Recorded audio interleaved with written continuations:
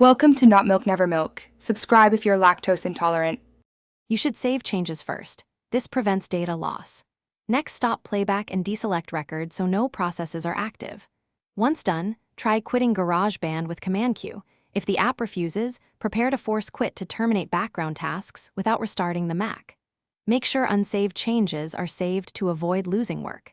If prompted about unsaved projects, choose Save or Don't Save based on what you need before continuing to force close. If normal quit failed, press Option-Command Escape to open the Force Quit window. You'll see GarageBand listed. Select it, then click Force Quit. This sends a terminate signal to the app and its background audio engine. Once you do that, wait briefly. Give macOS several seconds to release audio devices and project files. Make sure no external hardware is recording. Disconnect interfaces only after the app closes. If Force Quit freezes, proceed to Activity Monitor for a stronger kill. If Force Quit didn't end everything, open Activity Monitor via Spotlight and filter for GarageBand, Core Audio, or audio-related processes. Select the process, click the stop icon, and choose Force Quit or Quit. This kills stubborn threads.